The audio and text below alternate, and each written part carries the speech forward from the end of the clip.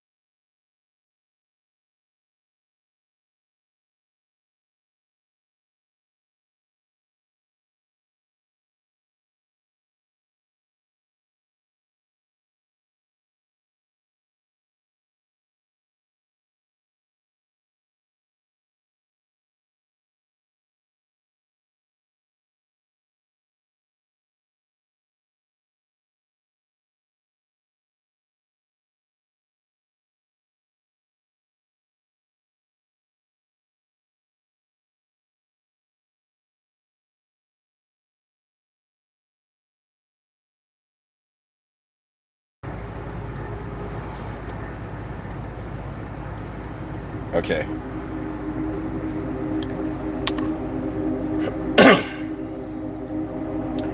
So let's do this.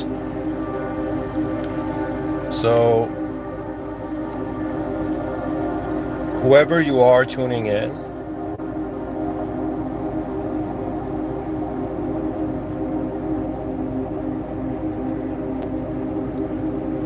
you are listening to a human being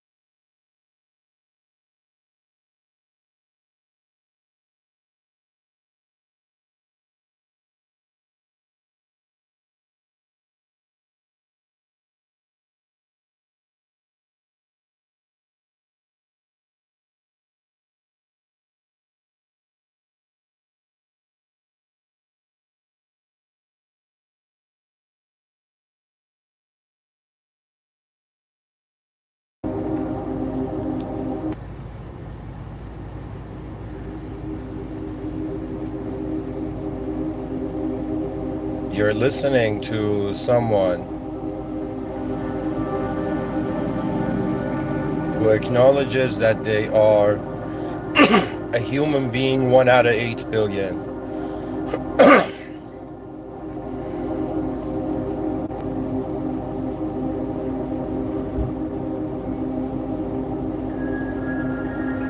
And I also acknowledge that existence is a system and that this system has an administrator.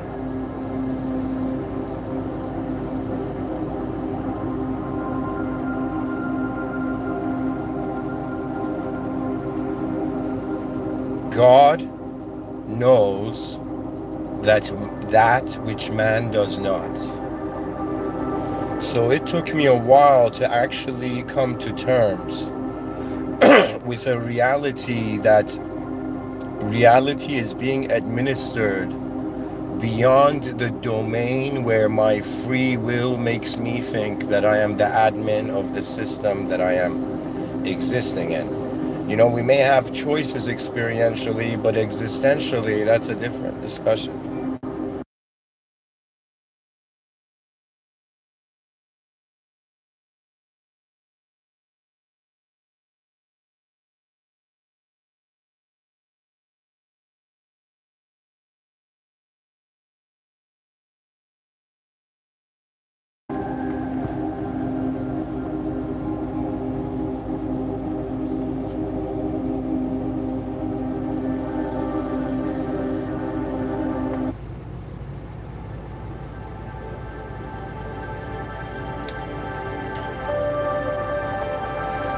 So, what can a human being say in 2024?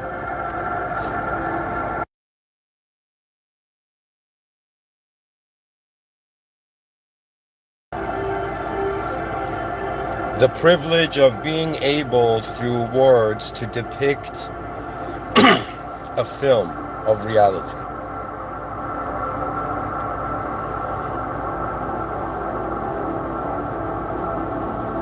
The title is The Hidden Lives of the Unhidden. The subtitle says, How is the human being human? The curiosity for this episode is to surpass mediocrity, to surpass and fly past all the assumptions and conclusions we have. You see, ultimately, whether we like it or not, more than life is like everybody's like, yo, what's truth? And then they need an answer. Life is an activity. Activity requires action. Religion seems to be very accurate in the sense of contextualizing the meaning of life, that it is a test. And there's something interesting about that. That means, what if life is a test, but it is not like a test in school? What if it is not like a test of like hardship? What if it is in some sense a test of being aware? For me, what logically makes sense here, and the idea of God is very logical, because human beings realize that nature, there's administration to the system. If you're an employee, your employer is administering your system. If you're an employer, like let's say the nation is administering your system. If you're a nation, global affairs are administering your system.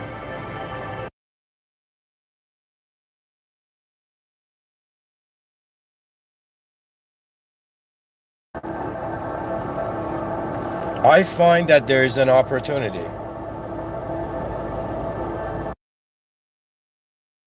But an opportunity noticed once we step out of the simulation of normality. First thing, in a changing world, there's nothing normal. Two, normal is just repetition. Sorry guys, I gotta answer this.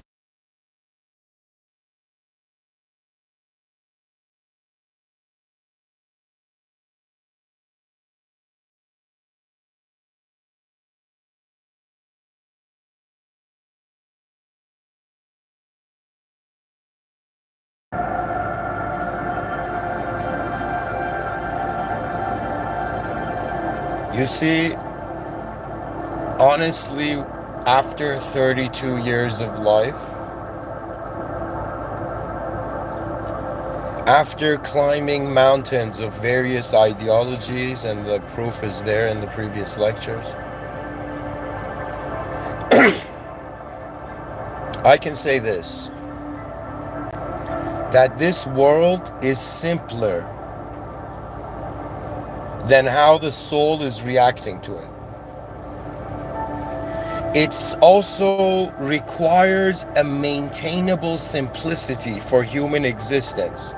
You know, I'm someone who, I don't know how I did not lose my mind. I think it's because I was never, fighting with my soul when I was young.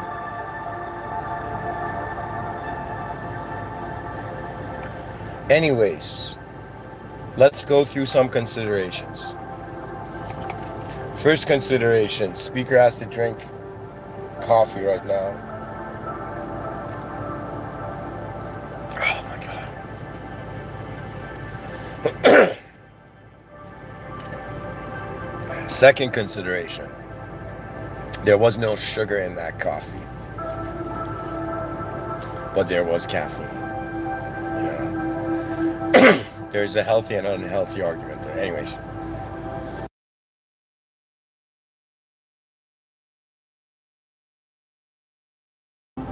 Dear listeners, what is valuable is for me to share what I'm seeing, where my eyes are at now. The first thing to realize is that if you thought you're on a planet with a bunch of human beings, you're wrong. Let me tell you why.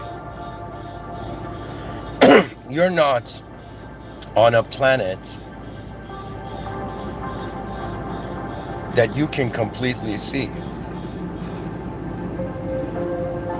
So what I mean by this is that we have to consider what's happening outside of the human system, and then we have to consider and factor in what is happening inside the human system.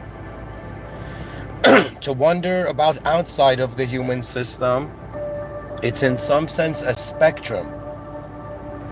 And there's value propositions, and in every moment, if you're patient, if you're calm, if you can have the mastery of that master swordsman in the battlefield that was fighting with the simplicity of walking in a peaceful garden. You see, my dear existential comrades, let me tell you what's going on here. Yes, there is physical existence, I'm not denying that, but there is something that doesn't make existence make sense. And it is in some sense the ability of the projection of meaning. We can say what reality means is different from what reality is, and that's the main point here. Reality can mean something to someone, to an individual person, but to many others it could be meaningless. Do you see? So man has a private relationship with self, others, the world, and God, and man has a public relationship with self, others, world, and God.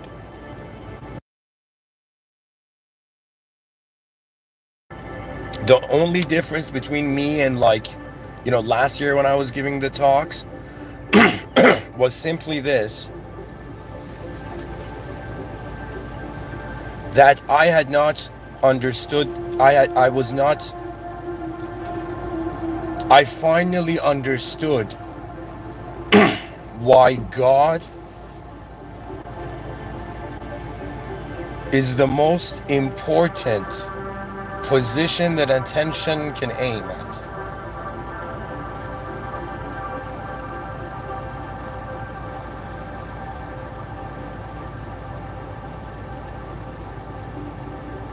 You know, human beings, just like how the planet is not so close to the sun to burn, so not so far to freeze, just like there are constants in the scientific domain that if they were off by a little bit, reality would collapse, the system would collapse.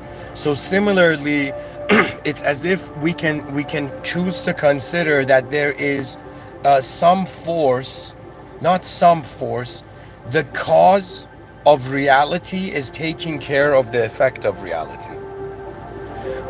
You know, I thought about it, what would life be like if we never had the concept of mind? If we were never minds, what were we?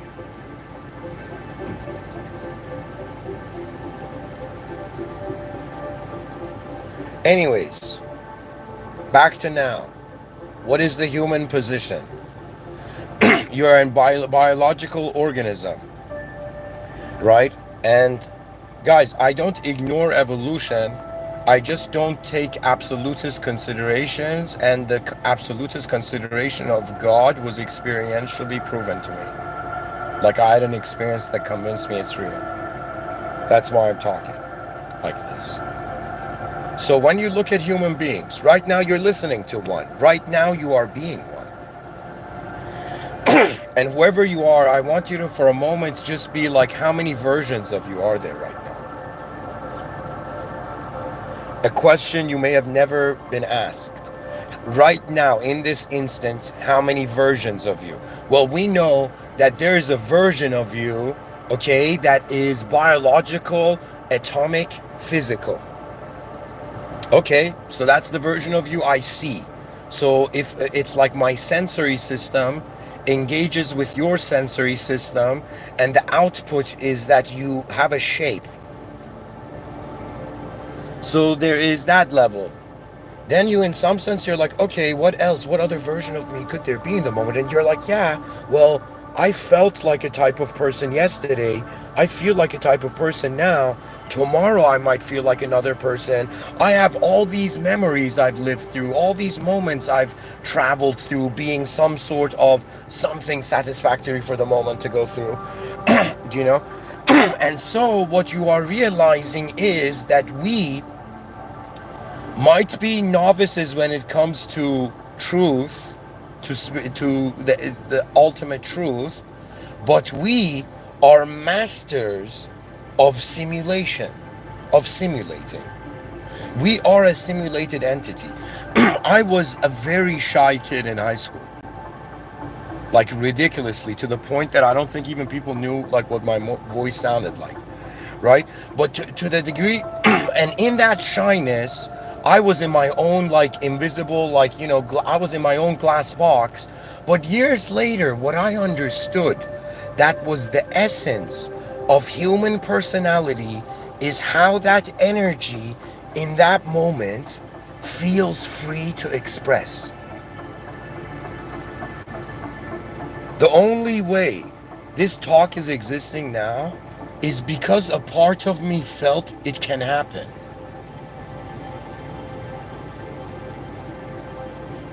You see, where in life has it been said that the first prototype of a psychological model to the realm that our attention, our mind, our brain forges is like correct? You see, you know, there's times where I've been listening to people and I'm like, I disagree, or I've listened to someone and I'm like, I agree, and then I was like, I disagree, this is not my view. But the question was, it's not about the contrast of this view is right, that view is wrong. It's more like, wait a minute, just like we can look at a person from different angles, an object from different angles, like you can look at a car from different angles, you can look at everything from a different angle. And really what has been taking place is self-simulations in the abyss. There is a fog that is allowing us to be convinced that we are language, the idea, rather than what is watching the whole show. You see, I was humbled by the Creator into, let me say it this way, imagine as a soul. This is very personal, but I'll say it to you, because who knows, maybe it's important AF. Since my childhood, I spoke about it in the earlier talks, I spoke about a karmic exile. I felt there was a force field preventing my expectations' fruitions. It wasn't until the age 32 I understood this force field. And I understood the blessing. And I understood the great mistake that I had been living in, I had been born in. When you're born in a mistake, to figure that out is genius. And what was the mistake? The mistake was this notion of shirk, which is an Islamic term. And I'm Muslim, so that's why I'm saying it to you.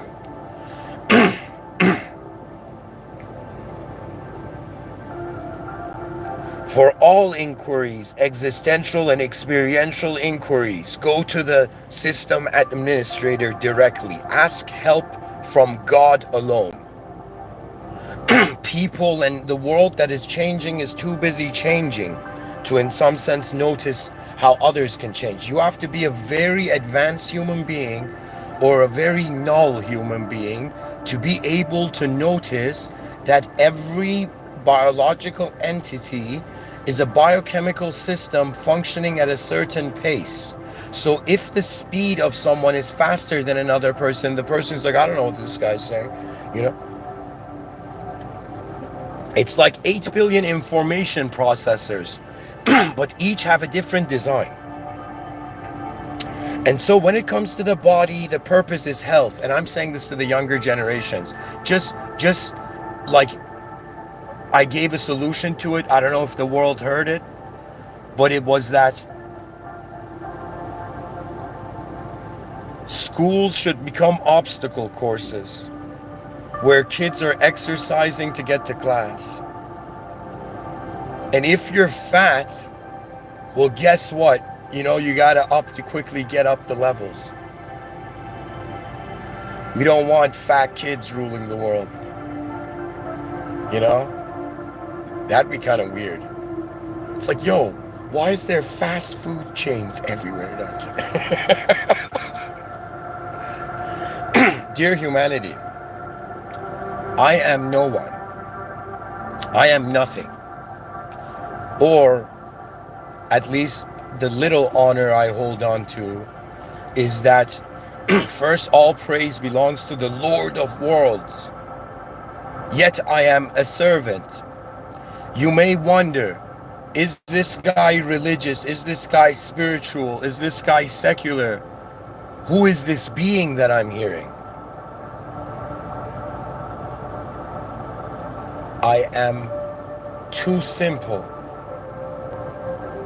to give you an answer because the soul is unknown. The soul is the secret of God.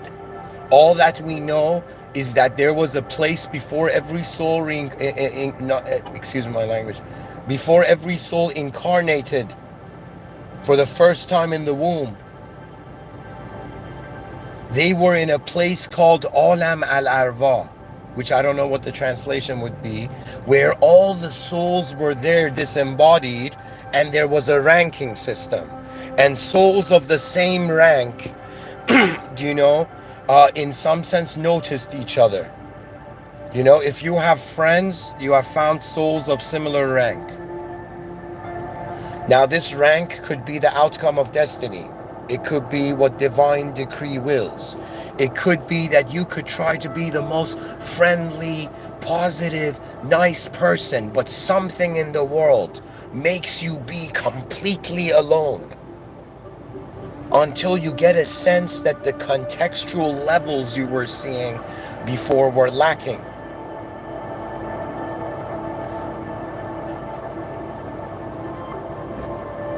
I am speaking now. I might be speaking intensely. My tone might be intense. But as someone who was like, okay, I've opened my eyes in an infinite landscape for like 100 years. What one problem should I try to solve? If I could, what's one problem? And should that problem be just like self-worship? Oh man, I'm just gonna go and what's the term?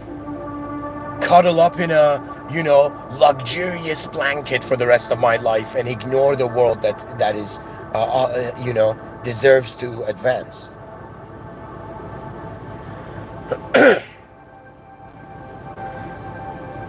Whoever's listening, I would love your feedback on this as well.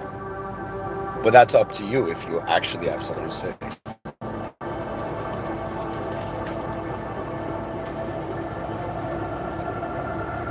You know, I would say 20 years of my life went to thinking, is life a yes or no question? What a ridiculous waste of time that was. Life is an event.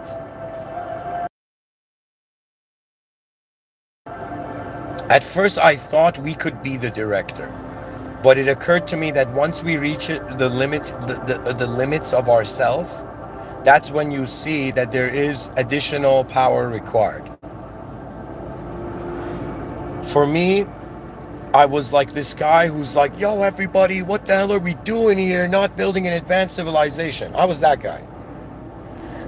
But then something happened, and I realized it's this passage from a religious context, from an Islamic context, where it says something in the lines of, if you want to give yourself something, you can give yourself something that's, you have to imagine, so it's imaginable. But when God wants something to happen, it will happen. If God wants to give you something, God gives to you in a way that's unimaginable. That means better than you can imagine, better than the limitations of the self that you worship like an idol. And we're all in self-worship, guys, I know. Even religious people can get caught in self-worship, because the whole point is you discover the simulation is public. You discover the public simulation isn't pure. So you only realize you can have a private inner relationship, right? And for me, do you know how bizarre life is? Let me tell you what happens once in your inner sight, in your mind's vision, in your intellect, with the capabilities of your aql, which is the Islamic term for it. What happens? You get the ability to see probabilities. You get the ability to envision probabilities speeding up and slowing down. You think it's easy being a sci-fi writer? You have to be able to live in the world without moving in it. Live in the future if you can. And people are like, yeah, man, this guy's just, he's writing adorable. It's like, yeah. Civilization is, has been kept by that adorability. I thought I was important. And as long as I did, I only saw what was valid to myself. Then I relaxed. I started to see what is valid to others. Then I relaxed. I started to look at the world. It's like, what do you do when you've asked for like someone's advice? You've looked at your own, like, you've come up with a plan. You've asked others, they've given you a plan. Then the next thing is going into the world and studying and looking at the world and coming up with a plan.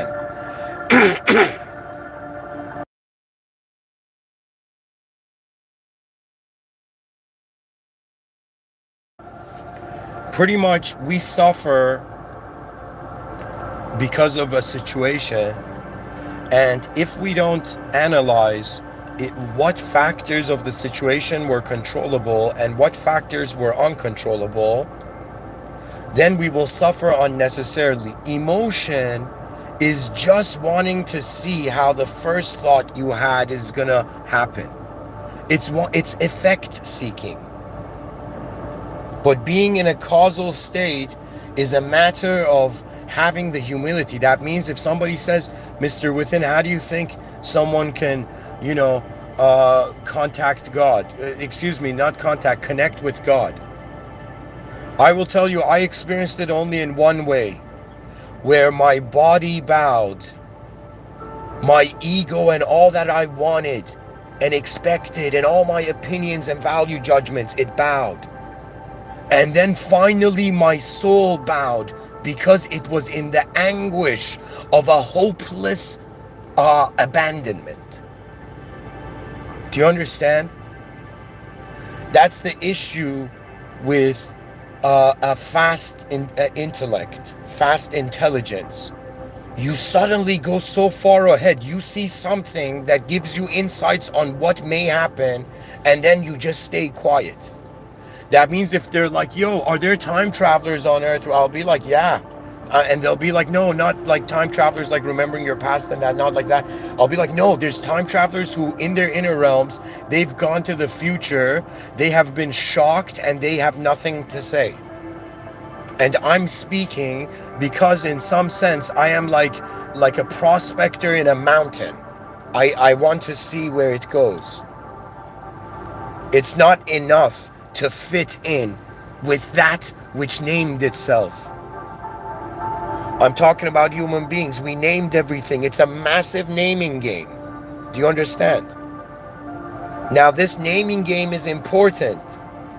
Like when you think about like it, like imagine, from an aerial view, we were looking at human beings and we're like, yo, what do these human beings have to talk about?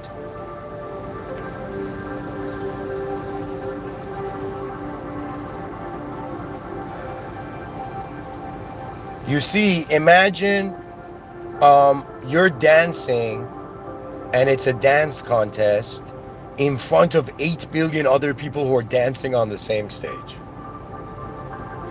Now, do you dance like the few people you have access to that you can see?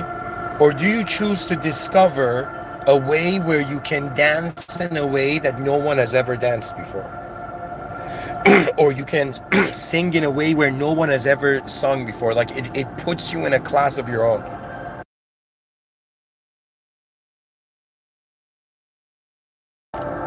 You know, I think subconsciously, the way I was inspired to give 10,000 talks, I was like, yo, man, it's not about being cool. It's about doing that which has never been done before. There's nothing cooler than novelty. But there's nothing cooler than divinely administered novelty. That's like, yo, man, we got to simplify ourselves and like troops on a landscape, on a battlefield of manifestation, be like, all right, comrades, some sort of organizational structure, we go forth. The current organizational structure of civilization is reacting to fear, which is weird and unnecessary, and it's weird and unnecessary because we can this whole time see the best version of people. But if the environment is not the best, what's the point? Do you know, like there's gonna come a generation of people, it's like, yo man, I'm tired of changing the world. Like just like take it to the, like just create a self-sustaining, endlessly advancing system, focused on principles of a universal nature, and then go forth, right? Like the thing is, what if there's more than speech? What if there's untapped human abilities that only through divine decree happen? As someone who gave all these talks, I came to a point where when I bowed to God and I started praying, actually, something changed in me. It was as if my future self that I had been, imagine like you were someone training for like a battle.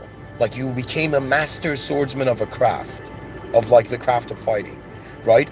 And right when you were about to go on the battlefield, you suddenly see there was a greater causal point of power that is administering all the events in a way where my best effort cannot even compete to the unfathomable's might. So I feel very blessed in the sense that I am alive in a world where I am attending and where the ultimate, the greatest beyond the world position is watching. Like do you understand? We're like performing and being tested in front of the greatest possible force. So it's not an empty world. It's the greatest opportunity known to, the eyes of the soul of man. And to have a relationship, I was looking at like some dating videos, right? I'm human. And and when I was seeing those dating videos, I was like, what sort of simulated artificial smiley shit is this, right? Like, excuse my language, but right, for me, it's as if, do you understand? Just if you look at like how peacocks in nature, like those guys are in some sort of rhythm, dance, flow, abilities coming to the front, in some sense, the maxing out of skill. Like, I think the greatest way to date is in some sense like Crouching Tiger, Hidden Dragon, where I think there was a scene where there was like a couple, and they were like, I don't know if they were a couple or not, and they were like fighting with swords and like running on leaves and shit, right? Like that is the expression of the pure, right? And once we work with the original information, the opportunity is great. God is just the originality of being. Its might is beyond worldly form.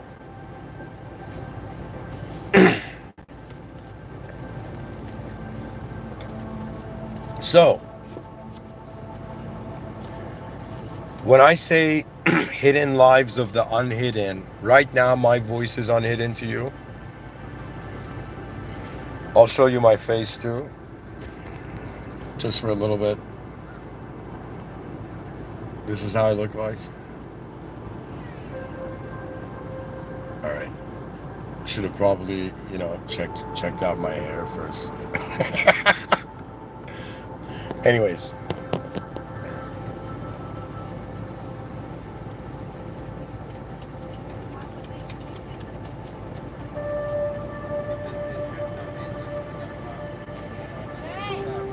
To live a life means to participate in existential activity. And there is no such thing as smart, stupid, strong, weak, There's just that which moves first and that which doesn't. This is a factor of the animation of the soul. We are being the soul, so we can know what we're being, but we can't know what we truly are being, right? Because to know that means it's beyond our being. So I want to say that, think of it this way. The honor system of the body is survival. The honor system of the mind is service. The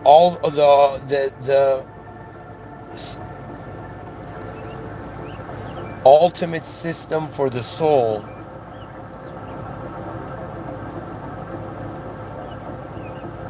is to bow and praise.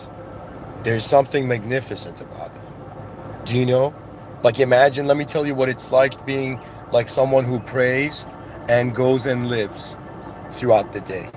So what happens is you find yourself moments throughout the day, whatever shenanigans, whatever is going on with your worldly life, it's as if you press pause and for a moment you just bow.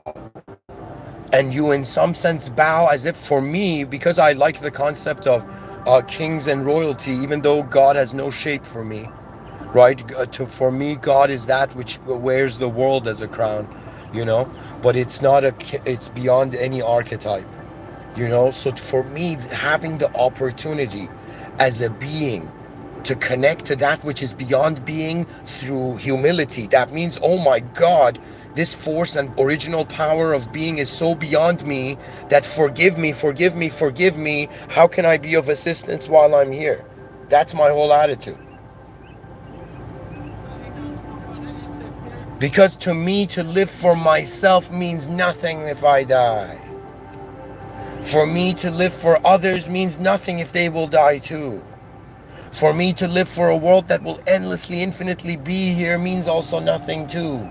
So if all the initiatives of a logical sequence of seeking purpose in an infinite landscape and also avoid experiential context, it's as if like, okay, that's a waste of time. Let's see if there is some intelligence here.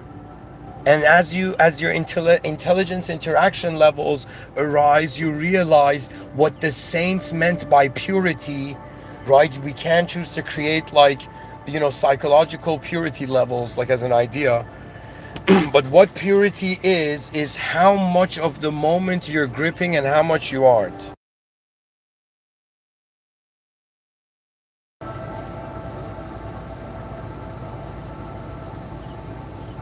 So we're all living hidden lives, by the way. Right now, you're living a hidden life. You may like this talk, dislike it, not want to listen to it, right? But I know that just like me and 8 billion other people, right now, you are at the corner of what is your mind, right? Watching everything that's going on here. That means we are our own conscience. The conscience is like when the soul taps on the mind's shoulder and it's like, hey, buddy, look around.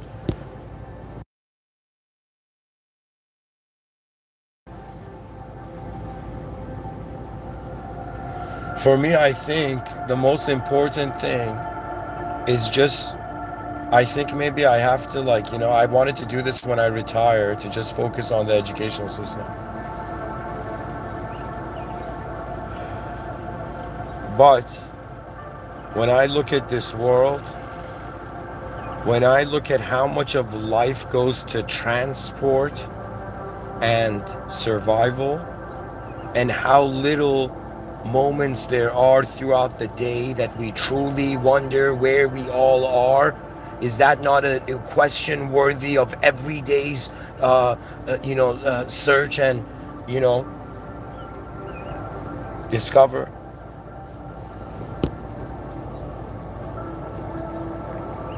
So I am telling you, I don't know who God is, in the sense that God is not a who. But I know that some part of me from the beginning of my life and all that constitutes the journey of my memories up to now, that I have seen the system administration of the divine everywhere. I've seen how, like, people say, oh man, look at that ego. That's a lucky ego. It's like, yeah, that's what an ego that doesn't see anything more than itself says. It's like the narcissist was like, why don't I have any friends? And the answer was very clear, because there was nothing more than the self the narcissist wanted to see. Because it is the laziest thing to do. To act like truth is the laziest thing to do. That's why I'm happy that I got a wake-up call.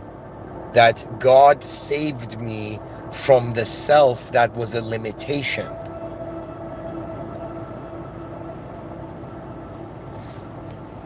So, let's go to the macro now.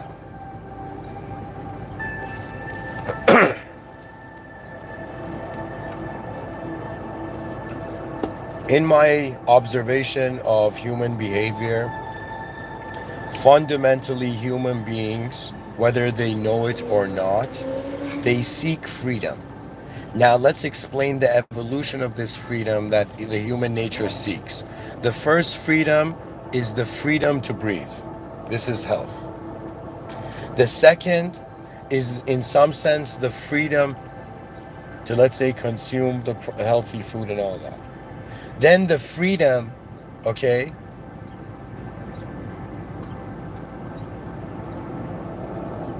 to have physical space. Like, imagine there's a force field around you, and if there's anything that comes around that force field, it's like an alarm zone. Right? At least this is my experience. I'm not saying everybody should be like this, but if you had a suit on, it would be like that. You know?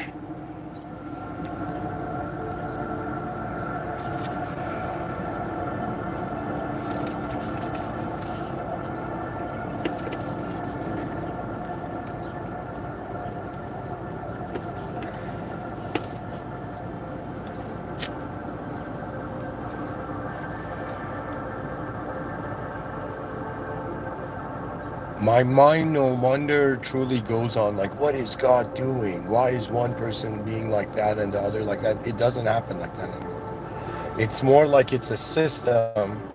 And how is its administration being conducted? What is the responsibility of free will? What is the responsibility of human conduct? Like, when you see, like, I don't know how anime and TV shows and novels and stories have got this right, but civilization hasn't actually in reality got it right. That civilization is centralized around this idea that we cannot know our greatest self until we're in our greatest world, and we cannot know our greatest world until we know the greatest creator that moves that world. So we built the advanced civilization, but we build it with the reality of being like, first we bow to the Almighty. That means ego down. We are not the authority. God knows that which is beyond whatever we are, right? So we relax, and the soul at least is grounded to some degree. Now the next factor is, what do we do with the body and what do we do with the mind? In all your daily efforts, in all the ways you're used to living, in all the 8 billion lifestyles that there are, we can all say that in our lifestyles, we are all dealing with value propositions. Okay? And then the next factor and question is, what do we do with the value that our consciousness, our soul sees through our mind, which is presented through the body? You know, like, it doesn't matter who you are, the conflict of archetypes is unnecessary when you really realize, like, everything we're in right now is created. Like, the concept of the creator, the concept of the administrator, they are subconscious archetypes everybody is acting on. If you have a consciousness capable of doing something new. You know, right now in 2024, I don't know what's out there. There's 8 billion of us. But, you know, at least to me, you know, I say, all right, this is when, you know, God wanted the legend of, you know, the Mr.Within saga to happen. Why? I don't know. You know, before this, you might not believe it. I mean, I don't want to sound depressing, but in reality, I wanted to say how I have been noticing the elevations of the value proposition, which is the conscious moment. And these elevations, it's as if there's moments where I feel my body is tired. And there's moments where I feel my mind is tired. And then there's moments where I feel my soul is tired because tired of my mind and body being tired. And then there's moments where I'm like, what am I? You know, sometimes, you know, I remember seeing like this drill sergeant, right? In this movie, like I saw that archetype, right? And I remember the concept of self-destruction, right? There's moments where I like literally I destroy myself behind my eyes, just the idea of myself, right? And I watch it, and then I watch the next idea come. And then I wonder what, because the only way I'm giving this talk right now, if there's any rhythm to it at all, is because I'm following like a film. I'm legit like seeing something and giving words to it, putting words to it. We all are like this though. So when I say hidden lives of the unhidden, we're unhidden physical beings in a public existential system server. And our hidden lives are our private, in our private experiential server, you know, and system, right? We are living in a way where nobody knows. Like, honestly, like, if somebody came and said, who are you? I'd be like, I can explain, like, I don't know, maybe like parts of it, but then I'll get to a point where I'm like, you want me to explain how my attention is standing right now? Like, do you know, like, I'm just curious about the positioning of the human race, because really what civilization is what happened to the attention of 8 billion human beings. For me, this is the I don't know why, but a part of me feels like because I failed myself, I can't take it if I see my species fail. But the species can never fail because of the system admin. That's what I realized next. So then I calmed down and I was like, okay, now I have become a sheathed sword. capable yet still. And you might not believe it, but I didn't abandon my inner lives, but I gave everything up to God. They say let go, let God. It's literally like you're swimming in a river. This whole time you've been swimming in a river, and because you haven't been acknowledging the author of the river, the authority of the river, right? It's been like, man, why are there so many rocks hitting me, right? But if you for a second be like, okay, let me just relax like a leaf, become as light as a leaf in this river of life, you're gonna suddenly realize not that there is only God, but that your test is based on the blessing and privilege of being capable of to see anything at all. I think it was like maybe 6 hours ago, I had a moment where I was driving and I was like, man, I'm existing. Wow. Like, you know, and I can do something still. And sure, as the years go by, I'm noticing my weaknesses, laughing at my strengths. But my faith in the ultimate power, in the original power, that means I bowed to the system admin. Because its greatness is so vast that it's as if it's like my soul was like, all right, I'll stop pretending to be a personality. My attention is directly on the original, on the creator, on the existential system admin. It's as if enough with the moderators and anything that is a worldly form that makes us echo into the infinite abyss. The power of God is to save the soul from the mind and body that due to their imperfections it's as if that's why we seek forgiveness of God, right? It's as if, you know, there's a way to act superior, like a superiority complex, and there's an inferiority complex. And as a shy person, not participating in many moments in life that happened as a kid, right? I, in some sense, began to feel more chaos taking over me than order. But this chaos, because of my care and respect for just the ethics that my family had instilled to me, do you know, it's as if I hid my chaos. But the whole point was that what was the administration? So pretty much I was like, all right, who's moving this life? Is my free will doing it? The idea of ego? Is it the body? Is it the soul? Is it the world? Or is it God, which is the force, original force beyond the world? Do you see, to have a relationship with God is to for a second be like, okay, wait a minute. God? A creator? What does that mean? Does that mean we are created? Okay, so if we're created, and all that we've been doing as human beings is creating, right? And we're made in the image of God, right? And God created the soul, and the soul doesn't die, but the body does, and the mind gets judged as if like, yo, how are you being a soul maneuvering a body in this world at all? Some things are not just a test. It's like it's important to, you know, release the heart like the roar of a lion that's been, you know, brewing for years. You know, I had a fear of being direct. I got over that. I had a fear, and you know how I got over that? Because the moment I bowed to God, in the religious angle, the only thing you should fear is God. And it made sense to me.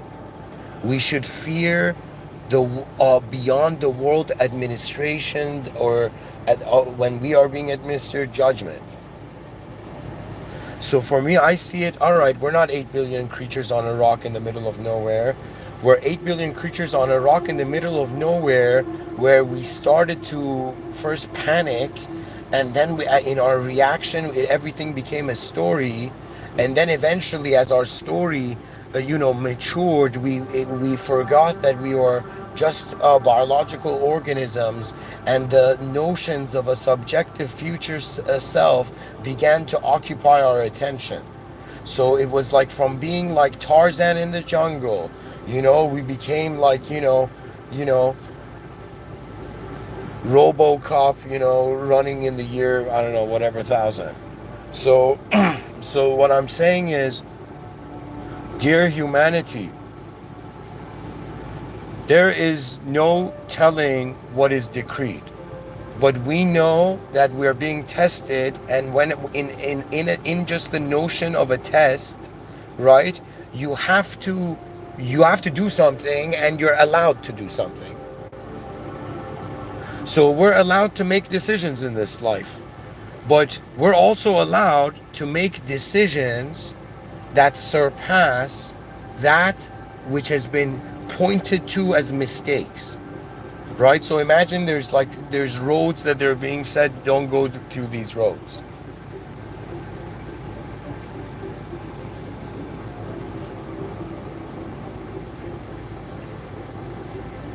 When I pray, there's moments where I truly feel I don't know. My soul feels like I don't know. It's as if the body was like, what's going on? And the mind was like, wait a minute, you're asking me? And the body's like, yeah. And the mind's like, I don't know. Let me ask the soul. And then when the mind asked the soul, what's going on? The soul looked at the mind and first was silent and then said, only God knows. Only that which created that. Do you know what that means? That means if an artist created an artwork and somehow the artwork could speak, and you went up to the artwork and you're like, like, who created you? This is a genius idea, by the way. The artwork would say, I don't have the conscious capability to know how and why or for what reason the artist drew this painting that I am. But I know that because I have been drawn, I have a design, I'm existing, I must have purpose. Now, through revelatory guidance, we have been pointed towards the notion of go directly to the system admin. If you're a busy person, it could be as simple as like one moment, before you eat lunch or food, or let's say you're less busier than that, one moment throughout the day where you just stop. Or let's say you're alone at home. I have a knee problem, so I pray on my bed, or sometimes I put like a blanket underneath the prayer mat. But when I pray on the bed, right? The notion is, it's as if like forget everything worldly. The focus is on that which started it all, which moves it all, which ends it all. So one thing we know about the test is that we're allowed to see it.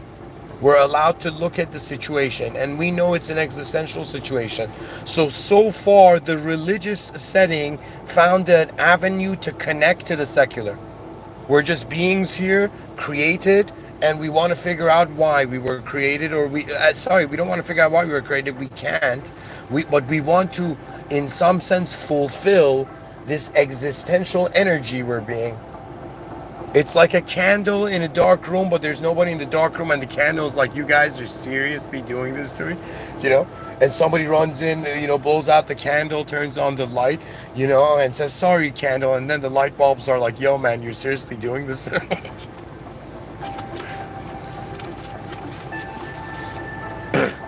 So everybody's living hidden lives. There will come cultures in the future where everybody's relaxing. I can totally envision a future where everybody feels like life is their living room, but there's advanced like orbs of technological, this is something in my science fiction, Like in the future, people don't have phones. They have these spherical orbs that hover and follow them around. And these spherical orbs are like the most advanced technology ever. They have the capability to not only protect the individual through being a surveillance, right? But they have an ability to, in some sense, with a very fast speed, like if somebody tries to attack someone, hit that person, right? So in the future, everybody has an advanced hovering sphere, you know? And everybody is calm and as relaxed as they are in their living room. Do you understand? There is no more violence because everybody's too relaxed, and everybody has suddenly been pushed into this context where, guys, I don't care what degrees you got in this educational system, completely new reset. All education is an effort of all human exploration. So in this version of reality I'm pointing, civilization really is this massive ranking system of explorers. There is no such thing as students and teachers because everybody can learn more. Yay. Right? So, but in reality, we're explorers and we want to report back to human civilization. And all the children's assignments are advanced like research. Right? That's what they should be teaching kids.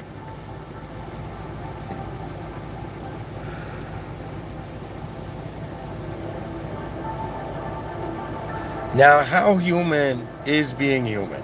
That's an incredible question because I was like, yo, there's a very interesting answer.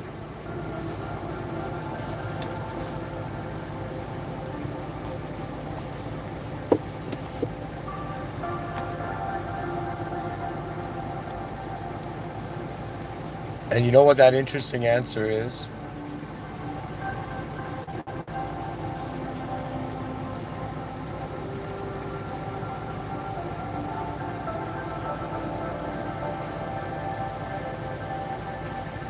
The song is so deep.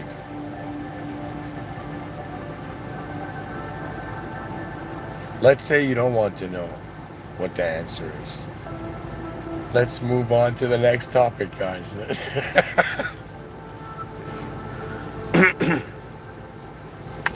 I don't know. When I look at humanity,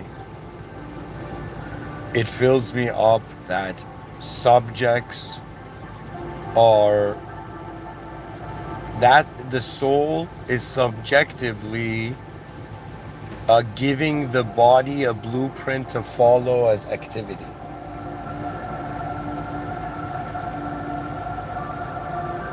Think of it this way. I thought about myself. There's infinite ways I can act, infinite ways to see the self. So there is no point worshiping an infinitude of selves.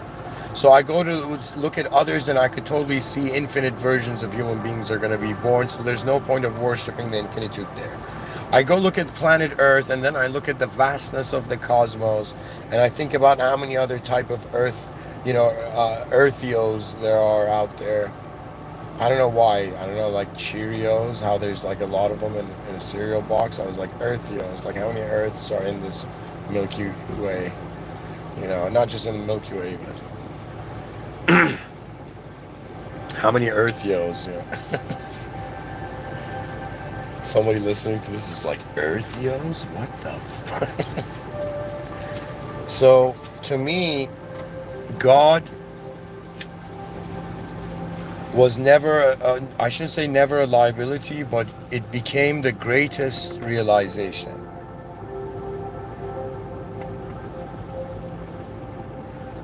We honor the source of it all. You're living a hidden life right now. This hidden life, if it acts on its urges, it mutates. What mutates is how your attention to something goes, and think of it like an XYZ axis. Like there's different depths. Like when somebody says deep, that's like such a simplistic way of talking about it. In the future, there's gonna be like, yo man, what level of deep is that?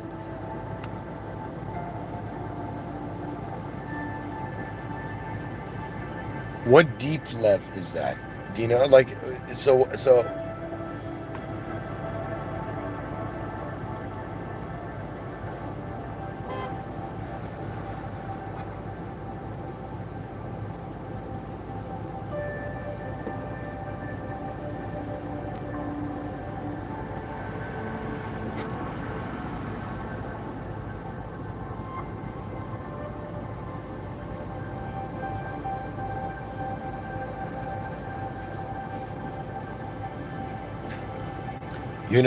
it's like this. It's like the soul's like, what am I gonna do here? And then there's answers that come. One answer is from the self. The self is like, yo man, forget everyone. There's this massive fakeness going on, right? And what people are hidden behind themselves is all based on if they like something. If they like something, they're nice. If they dislike something, they're rude. Like, what robotic shit is that? Excuse my language, but it is.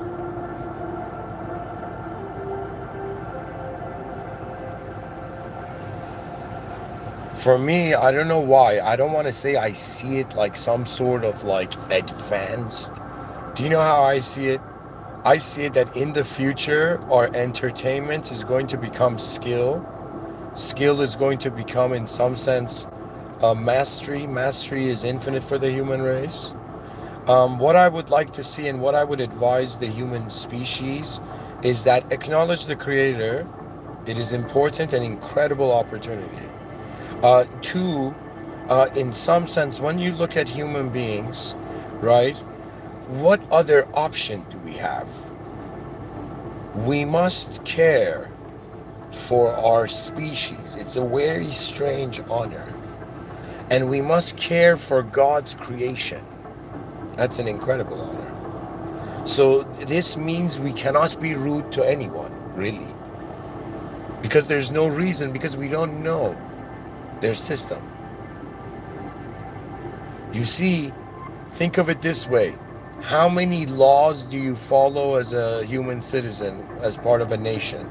So now, what are laws? Invisible authority. So what is God? An invisible authority. What is God's law? The connection of man with God. It's not act like something from a theater show. It's in some sense, relax.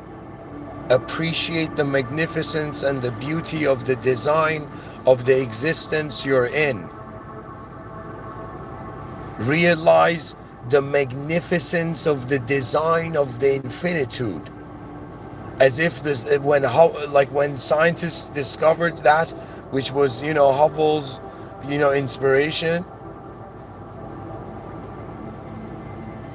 You know how fucking scared those guys were to discover the vastness of the situation we're in, to even have to detective that shit out.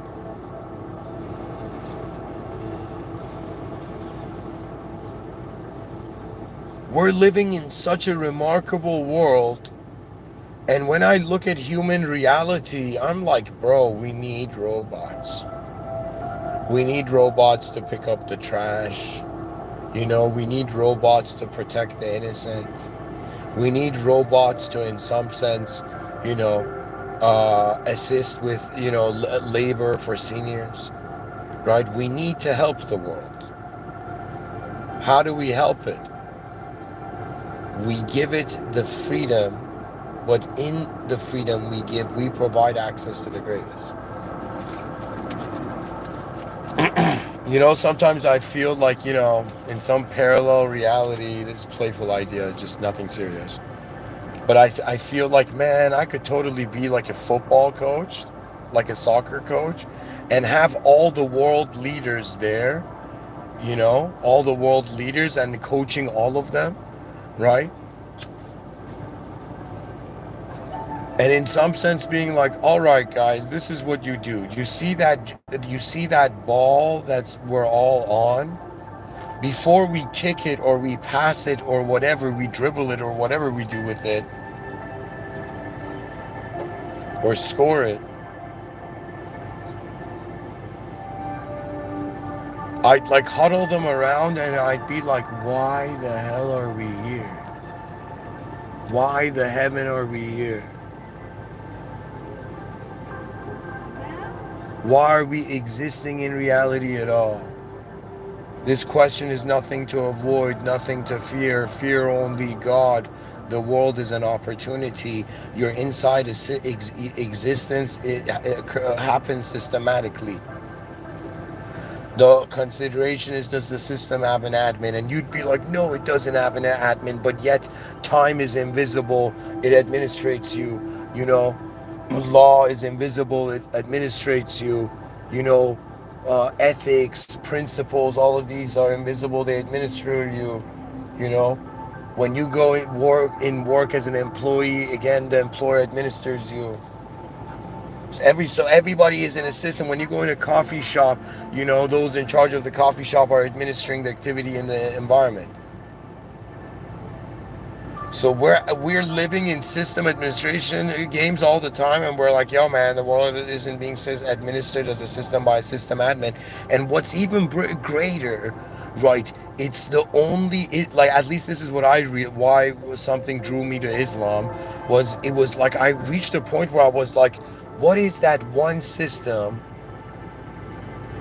that can be independent? Then I realized religion is saying God is uncreated and then created the world and souls in it. Think about that. An uncreated moment created in its own moment. Where else? God created the world, created man, but God is an uncreated being. An uncreated being testing creatures in the created. Think about it. Wonder about it. I shouldn't say think about it. Wonder about it. Go beyond thought.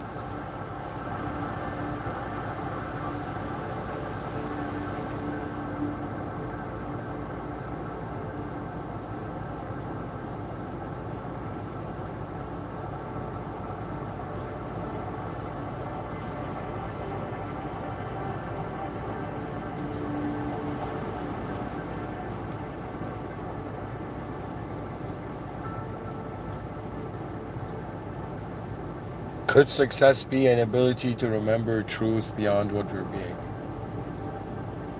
Could it be that once we've achieved success as a body, once we've achieved success as a mind, once we've achieved success, that means you lived as a personality, you lived as an organism. What else?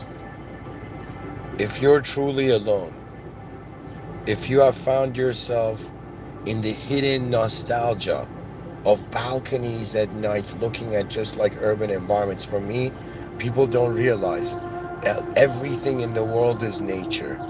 You know, you discover this at night because it's the light that shows it. You know, some poets, I don't know who it was, but a poet from like a long time ago had said, when the prophets came, it was as if the sky poured light.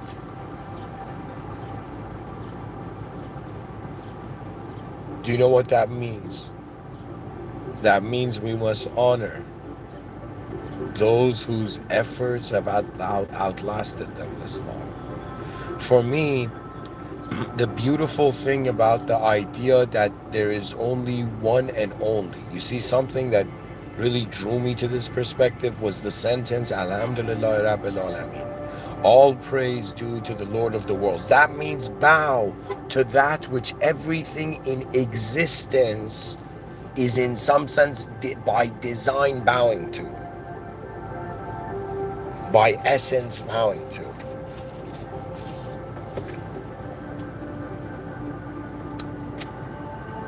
To be free beyond what we were just seeing. To be free beyond what we were hearing. I'm going to play a different song.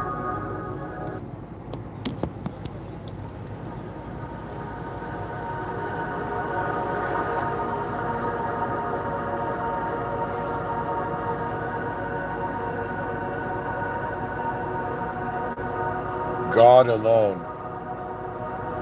It's God's life, guys. That's what I realize. It's fascinating, though. It's as if like there's a greater presence of being that my life is a part of. So life is more about playing your role, playing your part. I'm just someone who's like, hey, can we advance the cultural context so we free ourselves from behaviors that have been looping for like centuries? Just because we have advanced technology doesn't mean we're advanced beings. Our behaviors or the way we use them could be primitive compared to who we were and how all this time has passed and who have we truly become. Do we acknowledge that there's a true intelligence to the world? Do we acknowledge that we are being tested in the sense that not every thought that comes is a friend or a foe? The attention of man to the ultimate. That means, you know what it is? It's like just acknowledging that the greatest is in the room, is aware of everything and administering. This is what faith is. You know, when I became religious, you know, like so many, like many years had passed since my schooling, right? And it was for the first time I felt that like there was a principle when I would run in the halls of the school when I was a kid. Right? And that feeling from childhood came back, but right now the principle, it is not of human. That means God's judgment is beyond human. It's beyond human fathoming. So my attention is honor the source, honor the creator, acknowledge it, and we start from there. Then acknowledge how, because the Almighty created the world, then the world is in some sense the greatest creation. And I don't want to say we're the greatest beings, but we were created by the one.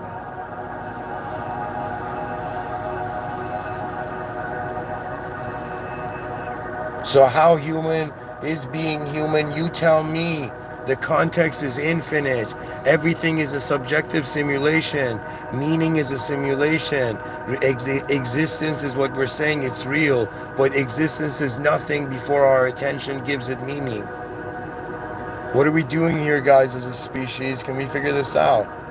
And I'm not the best orchestrator and you know, organizer of like movements, but you know, I can tell you that I am tired of being tired in a world where if I can see a better way it can happen. So what do we do with that?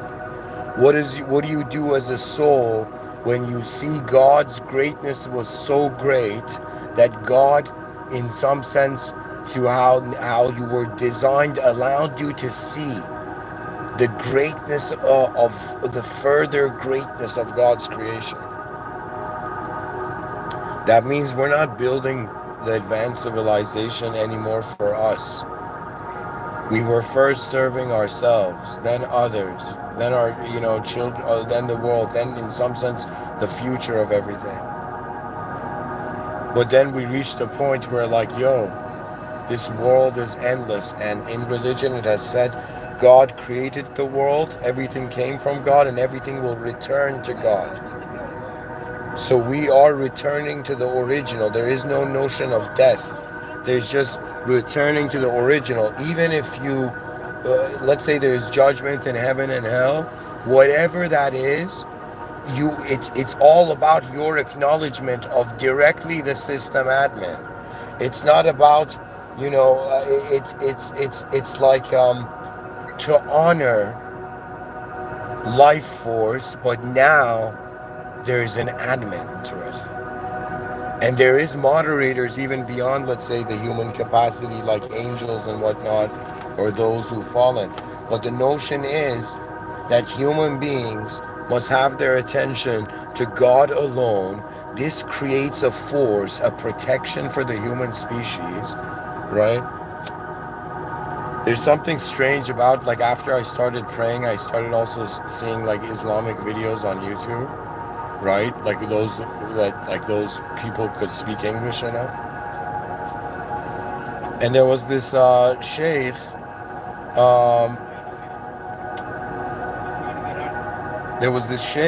that he was saying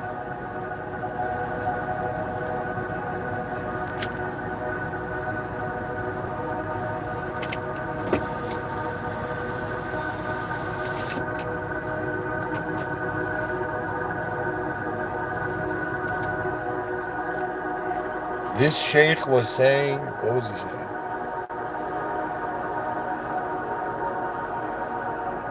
The hassles of multitasking.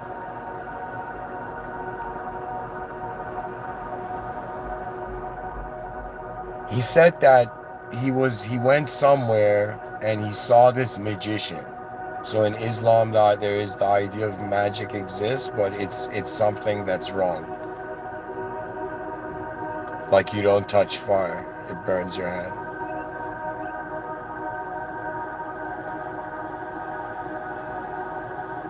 So this magician met this very religious sheikh, and the sheikh was telling the story of what happened when they met. And the magician said, I can cast magic on many people, but those who are like pray and just completely have their attention on God, it's like there's like a golden sphere around them. Something, I don't know, something in these lines, right? And it was the idea that once you go to the system administrator notices you, it's like very important. Your relationship with that which is beyond the world is the first priority. Then your relationship in the world is to have faith in how that which is beyond the world moves that which is in the world. And this redeems you from the need to have a hidden, like truly hidden life, and rather you become a present, simple being because you realize what are the options. Who do we choose to be? We free ourselves and we become who we are. That is the only road. What else may become of us?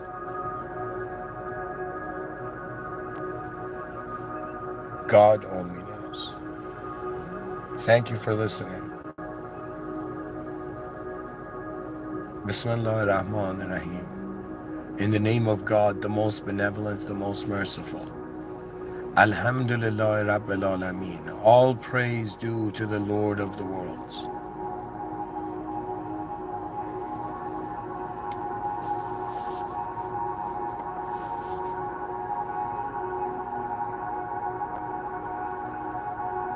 Prayer was an ability for me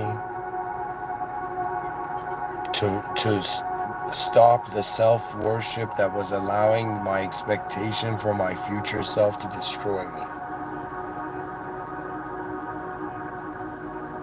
It's like trusting the river when it's like suddenly you stop swimming and you're like, yeah, no way, the river's still moving. God's moving. Everything's moving by the will. Divine decree. It's magnificent. It's like there isn't just like, human law. There is divine law. And then there is the one and only that knows. Whether I'm right, whether I'm wrong, whether I'm making a mistake. Something beautiful. I remember seeing this, text. It was like a photo on like some YouTube channel I posted, I think. And